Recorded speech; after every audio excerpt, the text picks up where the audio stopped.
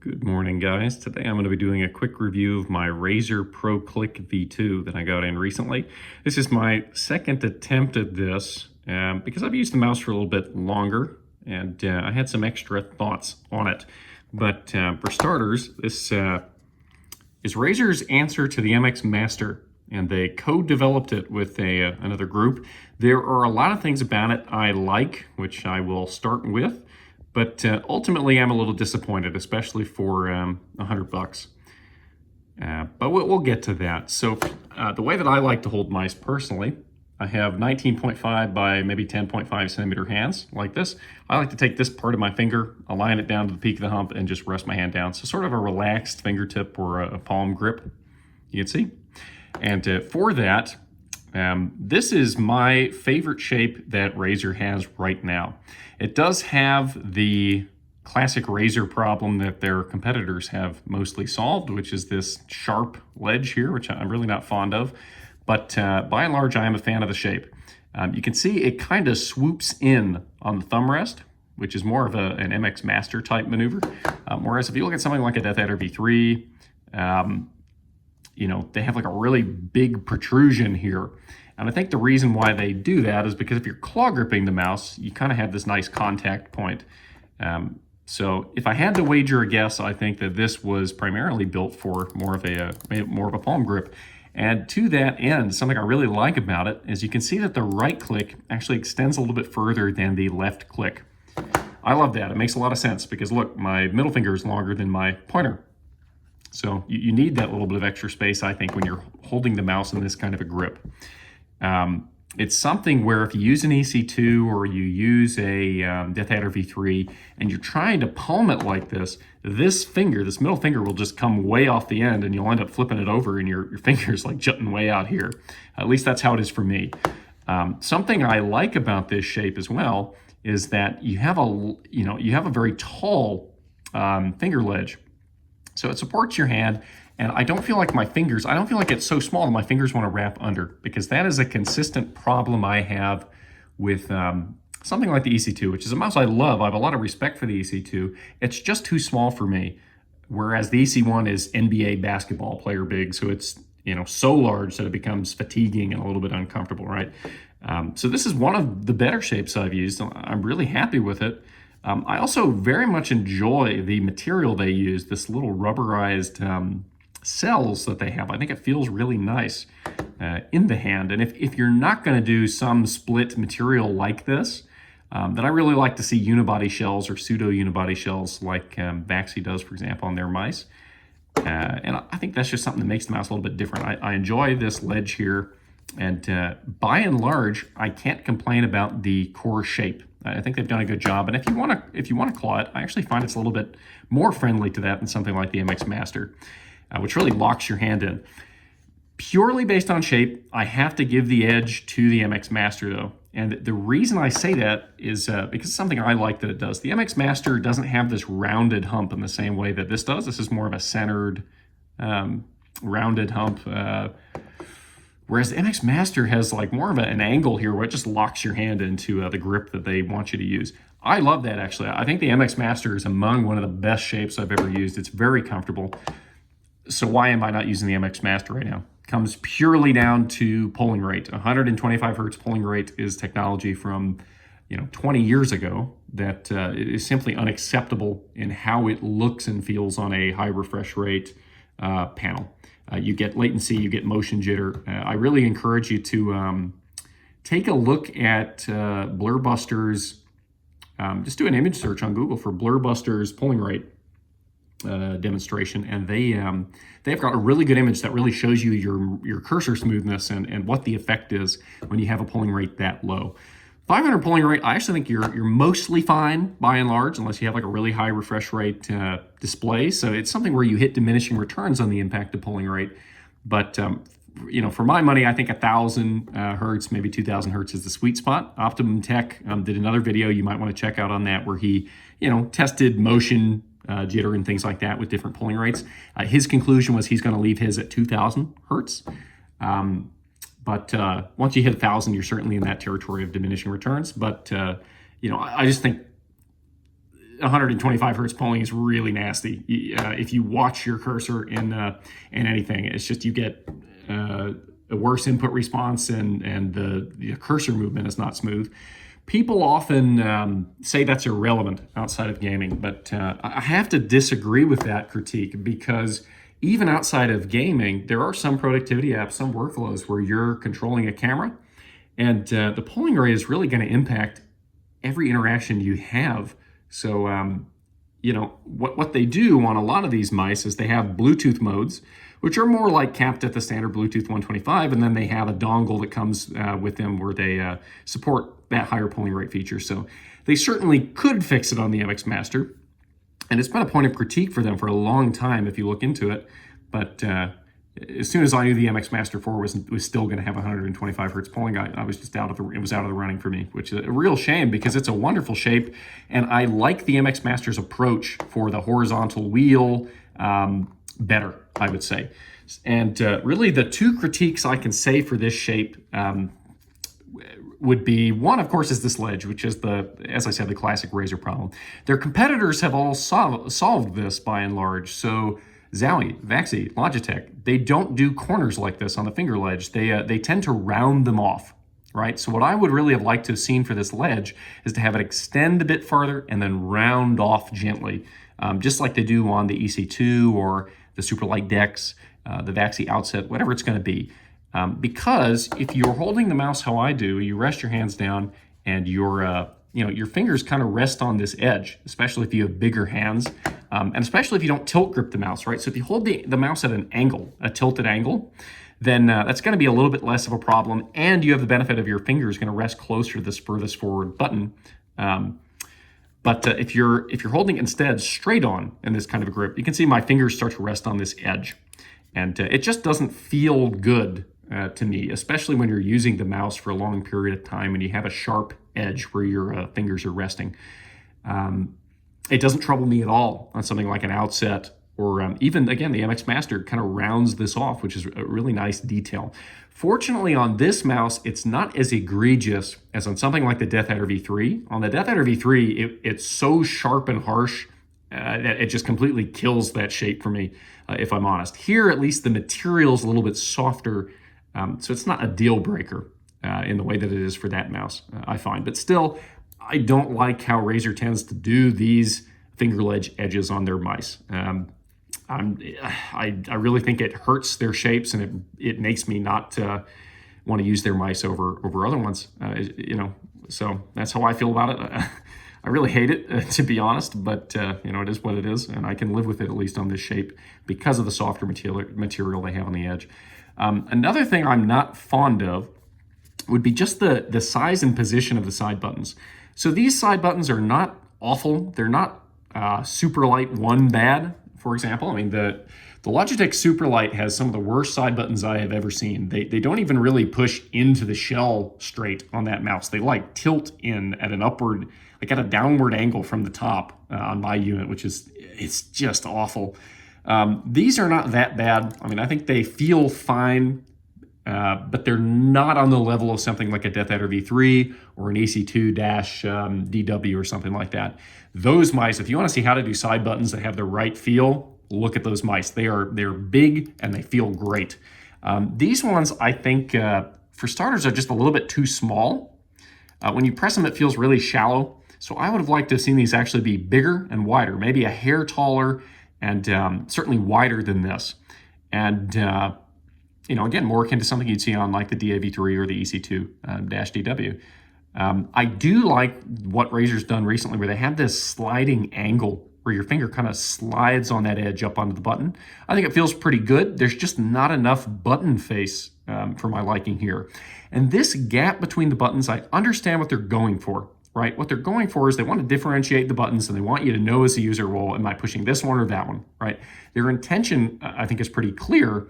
The problem, though, is that Razer has this tendency to position their side buttons a little bit too far forward for my liking. They've done this ever since the Death Adder V2. It's a problem on the V3, I think, though, a little bit less so, and I think it's a problem here as well. Why do I say that? So let's say you're palm gripping this mouse. Okay, well, you can see, where does my thumb end up? that back button is very comfortable to reach, but that front one, I have to shift my whole hand forward to reach it. It's just not comfortable, I find. And if they rotated these back a little bit along the hump, you end up with a better problem, because the goal, I think, is for your thumb to really slide up in between the buttons. But if you have to choose, I really think it's a little bit better to have them further back, from the standpoint that bending the thumb is much easier than shifting your whole grip forward like this, right? So again, button positioning is something that I think Zowie nailed on the EC2. The EC2-DW, for example, has awesome buttons, and I find both of them are really comfortable to reach on that mouse. So, you know, in reality, it's just I don't end up using this button very much because of how it's positioned and the discomfort of having to shift my whole grip forward, right? So I'm not really happy with that. My fear on something like the Death Adder V4 is that they added this gap in, but if to achieve that, they had to move this button even further forward towards the clicks. In that case, you're kind of exacerbating this problem of not being able to reach it. So I'd like to see a little bit more work go into these. The other issue I have is this button that juts out. So this controls the way you want the scroll wheel to work. Do you want it to be a little bit notchy, or do you want to press it down and just be able to throw this wheel back? On the one hand, I like this feature. It's kind of fun for some applications, certainly, to just throw your wheel back like this, and the nice rubber feeling on the outside. I think it feels really good, and you know, it's fun to throw it and then kind of stop it with your thumb. It's a good feeling that they've produced. Here's my issue with it. So by and large, I actually like to use the notchy mode a little bit more. But the problem is this juts out very far, and the edges of the button are pretty sharp. So I tend to shift my grip a lot from when I'm holding it dead straight on, and then to when I'm more tilt gripping it. Whenever I actually position my hand on the mouse, or whenever you switch your grip on it, you're going to feel this sharp edge kind of push into your fingers. I don't think it feels good. I'm not really fond of that. And to tell you the truth, you know, if it were up to me, I'd kind of rather just have two flush rebindable buttons down here like the Death Adder V2 had, instead of this mechanism. But, you know, I understand that. That is a subjective critique, but I would have liked to have seen this button maybe sit a little bit lower when it is jutting out, and maybe make it a little bit wider and then round your edges off a little bit. I think Razer mice in general, they put all these sharp slants into their mice that don't feel good when your hand is grazing them or resting on them. And it bothers me more than I thought it would, to be honest. And even on the Death Adder V2, you can certainly feel those things, but because they're kind of more flush down with the mouse, you can kind of shift your grip around. It's not the end of the world.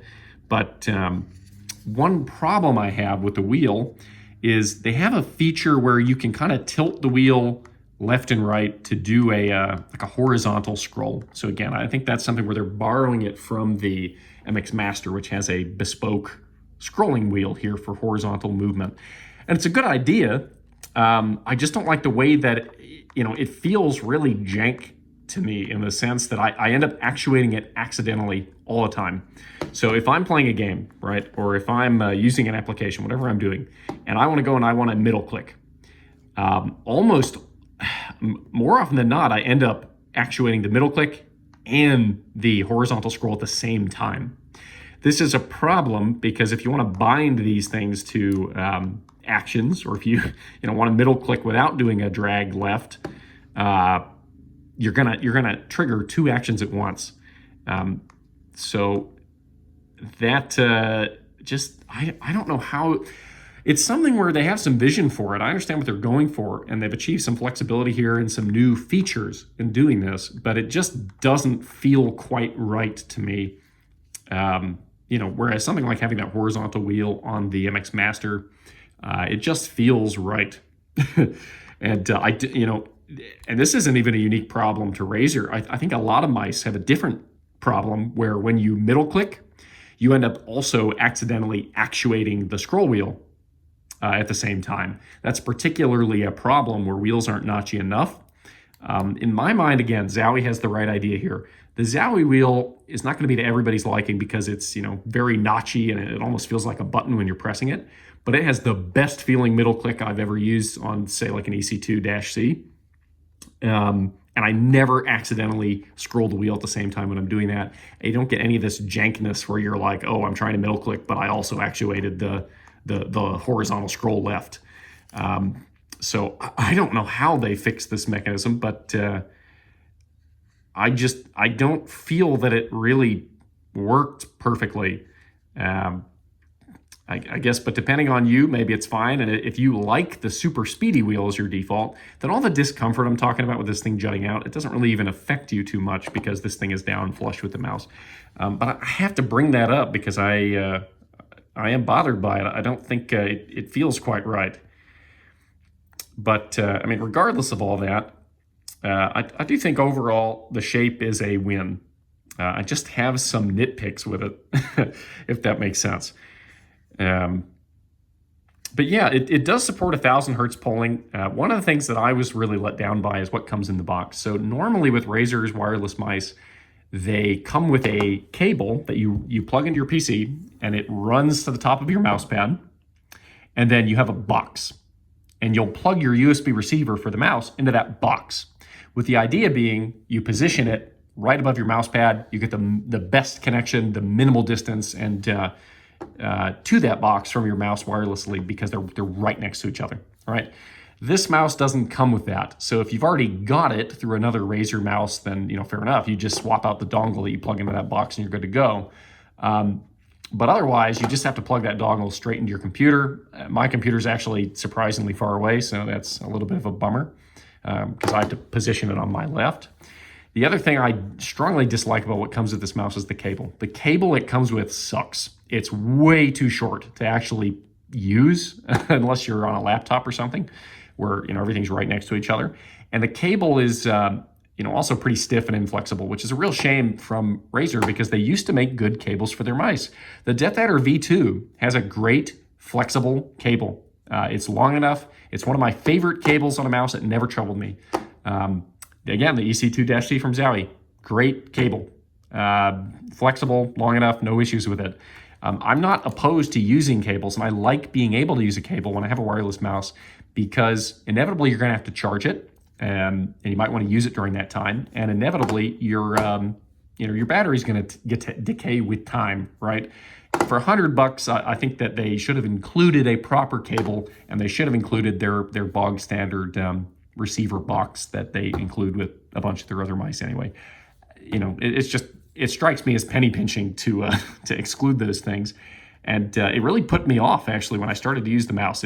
It's annoying, I find. But fortunately, the battery life in here, it's not going to be as good as something like the MX Master, which again is capped at 125 hertz polling. I have not tested this yet in the Bluetooth mode because I rarely use the Bluetooth mode. I think it's worth it to just use the dongle that comes with it, use the 2.4, use 500 or 1,000 hertz polling. It improves the experience of using the mouse pretty dramatically, I think. But, I've only had to charge it one time, and I've been using it for 2 weeks or so now, and I think it has about 50% battery left, so not the best out there, but I'm not too troubled by it either. I think for those kinds of metrics, you're going to be better served actually, going and looking at tests that examine it and compare it against other mice at the same polling rates and things of that nature. I am fond of the mouse feet they put on this. They wrap the sensor. These are pretty thick actually compared to some of the mice I own and have tried. No issues there. Good enough. Your dongle can live down here, so that's pretty nice. Overall, do I regret buying it? No, but, I kind of wish I had waited for a sale of some kind, like Black Friday or something like that. I feel like for me, I need to buy now a USB-C cable separate that's going to be more flexible. It's going to be longer. Fortunately, you do get USB-C, so I'm very pleased about that. That's nice. So you can kind of plug these problems on your own, but you shouldn't have to. I just think at this price point, it should be a little bit better than that. So there's a little bit of jank with this whole scroll wheel mechanism with the horizontal tilts, with actuating things when you don't mean to, with this thing jutting out in the tactile mode. and it doesn't feel good when you shift your grip. I think these buttons need to be bigger, and I believe that, I really would prefer they're positioned a little bit rotated back along the hump a little bit, slightly taller perhaps as well. This edge I'm not fond of. I would have preferred they do this like Zowie or Logitech or Vaxi, or where you don't have this sharp slant back edge. So not perfect by any means, but I do think the core shape is good and I like it. It's one of the better shapes I have used. So I can't knock that. I could show you some of the lighting if you want it. If you want it, you can customize the USB lighting for this thing. It'll, well, I think it's trying to connect to my computer, which is too far away right now. But what it'll do is you can set it to cycle through whatever you want to do. By default, when you're using the mouse moving it, it actually turns itself off as a battery saving mechanism, but you can customize all that. Unfortunately, if you don't like Razer Synapse, you're not going to get the most out of this thing. And that's an area where I have had a lot of problems, actually. Where for the Death Adder V3, getting multiple profiles that I can bind to specific games, for example, is really easy. It's super easy to add new profiles within the software. I never had any issues with it. This mouse, I have had so many, I don't know if they're bugs or what, but the interface is different for actually setting up different profiles, binding them to applications. I have not gotten it to work consistently. I don't know if it's just because the mouse is new and it's buggy, or if that's never going to work, but you can at least tinker with the polling rate. And even there, I've set it to 1,000 and I've rebooted my machine. Razer Synapse auto starts and it's as though it forgets and it resets all its settings back. It's the strangest thing. So I've been having a lot of issues with Synapse just not working how it should, which is off-putting. And for older games, like for example, if you're playing World of Warcraft on a 3.3.5 Wrath client or something like that, you actually want to tune the polling rate down to something like 500 because that game's input handler doesn't really handle super high polling rates very well. So you'll get progressively more motion jitter in my tests, for example. So there are reasons why you'll want to set up, or some games, if you have 1600 DPI, the sensitivity is just wildly too high in older games. So you have to, you want to set up those different profiles. That is something that just has been not working right for me here. And my strong preference, again, I got to say for, Vaxi, for Zowie, where they just have the buttons on the bottom, you plug it in, you use the buttons and you set it up and you're good to go. That is such a nice feature where you don't need to have dedicated hardware on your computer to make it work. So just know if you're going to go this route, you do basically need the Razer software to get the most out of it. And right now, it doesn't even seem to be working correctly. I messed with it for a really long time. The last thing I'll note is a Razer. I suspect it's a quality control problem. So Razer mice, in my experience, at least in recent years, have had just wildly inconsistent click feel. So I have multiple Death Adder V3s. One's wireless, one is not, and one I actually returned because one of the side buttons just felt terrible and the clicks felt awful, which is not true for my other units. My right click on this mouse feels great. I think this feels, it's not as good as some of the mechanical switches that you'll see on Vaxi mice or the newest Zowie mice, for example. But I'm happy with this. I think it feels pretty good. The left click, however, feels really, really bad. It feels super shallow, and I don't care for it. It doesn't feel right. So my hope is maybe if I use this for thousands and thousands of clicks that, I don't know. I don't know if the tensioning is going to change at all, but I don't like how this one turned out. And for my other Razer mice, it's exactly the same way, where sometimes one of the side buttons just doesn't feel right, but then your other unit, it's fine. Sometimes, the left click feels great, and then the right click is borked. And I just don't understand it. I don't know if it's the way the underlying switches are configured, but you don't get consistency unit to unit in my experience, which is not great. So I don't know. I don't want to complain too much, I suppose, because again, I do think the core shape is pretty good, and I fully intend to use this as my main for the time being. But it's not the kind of mouse where I can look at it with the same respect I have for, like, say, the EC2-DW or something like that, where it's clear that there was just so much attention to detail put into every little facet of that mouse. And that's not a perfect mouse either. I mean, one of the things I would have liked to have seen that the MX Master has, that many Vaxi mice have, is those split trigger switches that are separate from the shell and give you that really consistent click feel. no matter where you press on them. You don't get that here. You do get it on the MX Master. You don't get it on Zowie mice, but you do get it on Daxi mice. So, there's pros and cons to lots of mice, and sadly, nothing is perfect, but good core shape. That's what I'll leave you with. And if you think the things I'm mentioning you can live with, you might love this mouse. So that's pretty much what I think. So I'll keep you posted if I forgot to say anything, and I'll leave a comment if that's the case. So thanks for your time, and have a good rest of your day. I appreciate it. Bye-bye, guys. I'm just going to do a quick overview, I suppose, now that I think about it. Here's what these sound like.